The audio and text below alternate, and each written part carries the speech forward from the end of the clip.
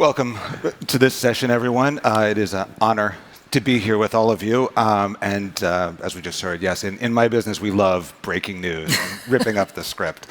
I am indeed the Brussels bureau chief of the Wall Street Journal. I am also a card-carrying member of the NATO press corps and shadow the ambassador and others a lot of the time. So it's great to be with you here, Madam Ambassador. So let's jump right in. The NUC, the NATO-Ukraine Council. This is the second time President Zelensky has asked for one. It was very urgent. Can you tell us what's expected today? Sure. So we created the NATO-Ukraine Council last summer at the Vilnius Summit to give the Ukrainians a forum where they would not sit at the front of the table. They would sit at the table, as we do in alphabetical order, as an equal. And they can use this forum in a variety of ways. We can meet at the ambassador level, as we have done many times. They can call a much higher level meeting, as they have today, of defense ministers, foreign ministers, plenty of options. So a couple of days ago, the Secretary General did get a request from President Zelensky himself for a NUC to be convened as soon as possible. That will happen this afternoon. And the reasons for it, I think, are quite obvious. I think at this point, the Ukrainians are very eager to have a high-level conversation as soon as possible about their immediate and very acute air defense needs. Although I suspect we're going to talk about ammunition, artillery, we might get into armor as well, but air defense is ultimately what's driving this. Why? Because of the barrage of attacks we've seen by the Russians, indiscriminate attacks on civilians, as they've been doing since the beginning of the war, but also attacks time after time on critical infrastructure, trying, as they have for many, many months now, to turn out the lights, turn off the heat in Ukraine and plunge everybody into darkness. So we will have Secretary Austin joining us. It's a virtual gathering. I suspect all the defense ministers will be on the screen, ready to hear loud and clear what President Zelensky needs right now, with additional pledges of support on our side on what we can get them as soon as possible. Can you talk a little bit more about what might come from the U.S. if the bill gets signed and goes through, and how quickly? Well, we are thrilled to hear that the supplemental is moving. This piece of support for Ukraine is absolutely indispensable. We have been able to lead assistance to Ukraine through the UDCG, particularly security assistance, since this started. But I really have to take a minute and salute what every other country is doing.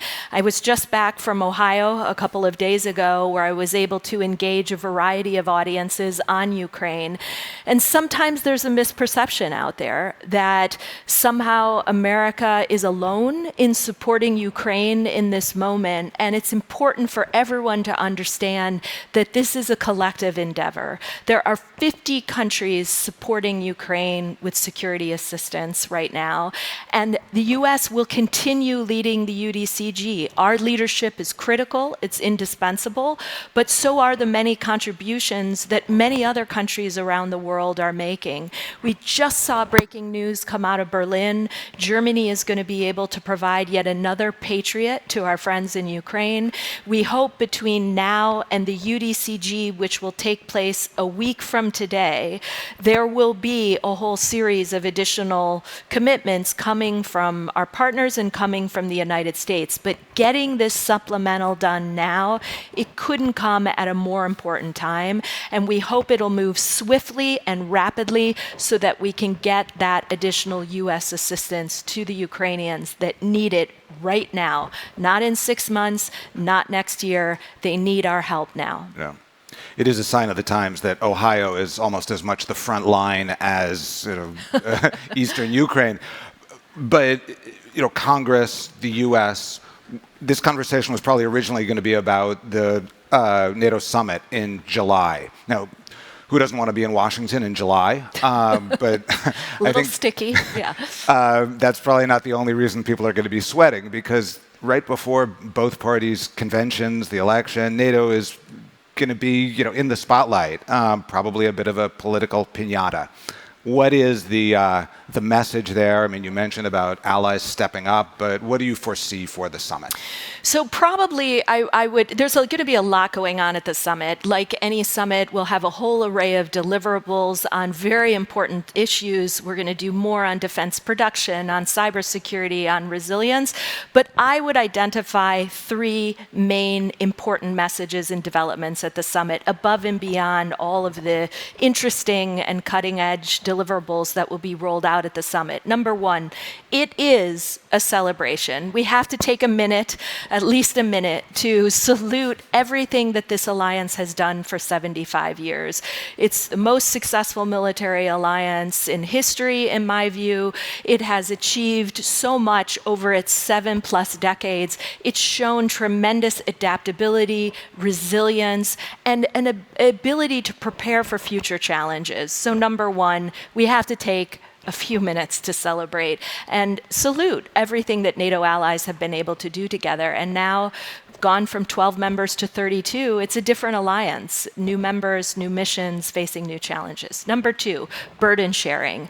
Burden sharing will be a key part of what comes out of this summit in terms of helping Americans and the wider world understand what a collective endeavor this is. And I say that for two reasons. One, 2%.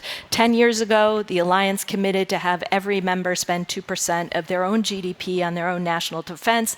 Started with 3. This year we're at 20. I want it to be 32. It's not enough to be at 20, but we're also going to salute the countries that have gotten there and that will get there in the next 2-3 years. So the club of 2% is growing, and their club of 2.5 and beyond is also growing. Number three, got to get to burden sharing. There's a second piece to the burden sharing, and that takes us back to what I just said about Ukraine. Noting the collective effort that NATO allies have undertaken to support Ukraine with economic, with humanitarian, and with security assistance, it's important to get that message out. So burden sharing is more broadly defined than just what we're doing in terms of 2%. Last category, Ukraine.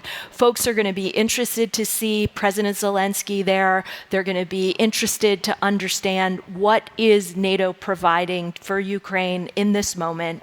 We are working in real time right now to build that bridge to membership for the Ukrainians. I do not expect an invitation to be on the table. I do expect the alliance to take more steps to move closer to that moment when Ukraine will become a member. So we're looking at ways to institutionalize some of the bilateral support that's been provided to Ukraine, and we're looking at ways to get more resources into the hands of the Ukrainians, but that would have the added benefit of sending a very important message to Moscow.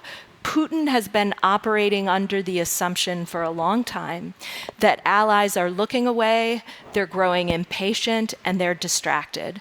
And we have an opportunity for all 32 heads of state to show up in Washington and contradict that assumption with a multi-year commitment to support Ukraine, to continue to stand with them, and provide them with the security assistance that they need. And do you expect all this to be sorted out with the Ukrainians before July? Because last July in Vilnius, it was a little bumpy. Zelensky issued a tweet right before the summit that ruffled a few feathers. Do you expect things to go smoother this year? Well, one of the benefits of having this NATO-Ukraine Council is we are meeting regularly. We're meeting and talking to them, by the way, about their reforms that they're undertaking. And this really deserves a mention. I mean, the Ukrainians, while they're in the middle of a war, are also undertaking very important security sector and governance reforms that are necessary for membership. They have made major headway on things like resourcing anti-corruption initiatives. They have made headway on transparency, on accountability. And so when Minister Kuleba came to NATO about 2 weeks ago, he presented us with a full-fledged report on everything they've been able to do just in the last couple of months. And I have to say, it was impressive. So we are meeting with them on their reforms. We're meeting with them on the summit. We've been transparent transparent about some of the ideas we're looking at. I suspect we're all going to be able to show up in Washington this summer, celebrate NATO's bridge to that membership, continue to move Ukraine closer to the alliance, and send that strong signal to President Putin. Ukraine's trying to reform. NATO also is changing.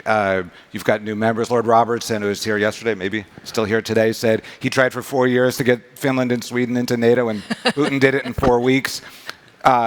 32 members. How hard is it to manage a group like that? Well, it's no doubt a different exercise. I mean, getting 12 countries to agree on something is a different project than getting 32 separate countries to reach consensus on everything that happens inside the alliance. But there, I think the 75 years of experience is never a liability. It's actually an asset. And I say that because after working towards consensus for 7+ decades, we know how to do it. And adding Sweden and Finland, I mean, it's been absolutely seamless. They were already close partners to the alliance. It feels like they have always been sitting at the table. They have brought an enormous amount of capacity to NATO, and they're making meaningful contributions each and every day. So yes, it can take some time. I mean, it would take time for 32 of us to agree where to go to lunch. But I think, again, that experience of working towards consensus, we know how to listen to one another. We know how to work through our differences. We're deeply familiar with a hand going up around the table, and it could be any of us. Like, we have a concern, we have a worry, we'd like to have a word out in the hall, we want a break. We know how to handle this. We work through those differences. We can work towards consensus. I think Ukraine has given us a very clear sense of purpose. We understand the urgency. We understand the importance of maintaining our unity, and that's what drives us to get through those differences and reach consensus. Right. So we have a case in point right now. NATO has pivoted seamlessly from wrangling over Sweden's membership to wrangling over the new Secretary General.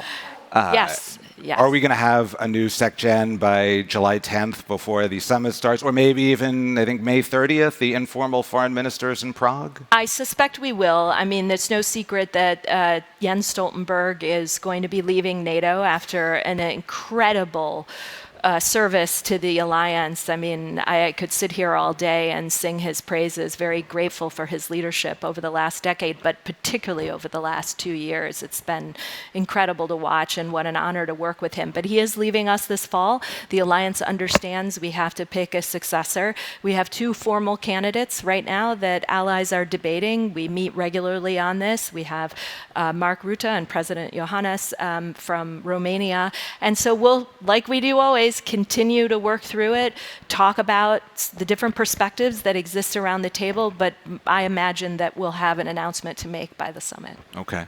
One of the issues that the discussions over the new SecGen has raised, one of the candidates is from Romania, is the fact that the Eastern countries, the ones that joined after the Cold War, really are not very well represented in the management of the alliance. Do you see that changing? And can these differences, some of them fundamental in outlook between Russia, the South, different threats, can that be reconciled and managed through? Well, we have had some members of the alliance, particularly in Eastern Europe, raise questions of geographic balance across the alliance. And when we talk about balance, it's not just in regards to the Secretary General, it's also in regards to the Assistant Secretary Generals, the Deputy Assistant Secretary Generals. Just what does the alliance look like today? And is it an accurate representation of the full array of members that exist across the alliance? I think where we all have landed is to acknowledge that those are legitimate grievances, and they were right to raise questions of geographic diversity. I would raise diversity in all its forms as an important point of discussion. So these discussions are ongoing across the alliance, and thinking creatively about how to bring balance into some of those senior level positions across the alliance. The the ticket to success here is the biggest pool of candidates that we can find, and pushing countries to put candidates forward for all of those positions as they open up. So I do think we've heard them on that, and I think there are a number of initiatives underway to try and address that particular very legitimate concern. Thank you, Ambassador. Our clock has ticked down. We will let you get back to what you need to do so that the clock doesn't tick down on Ukraine. It's a great opportunity, I think, on behalf of everybody. I say, have you here with what you're doing so much in the news, and I guess probably a lot of us will get together again in Washington and continue the conversation. So, Ambassador, thank you very much. Thank you very much. Thanks again, Ralph. Great.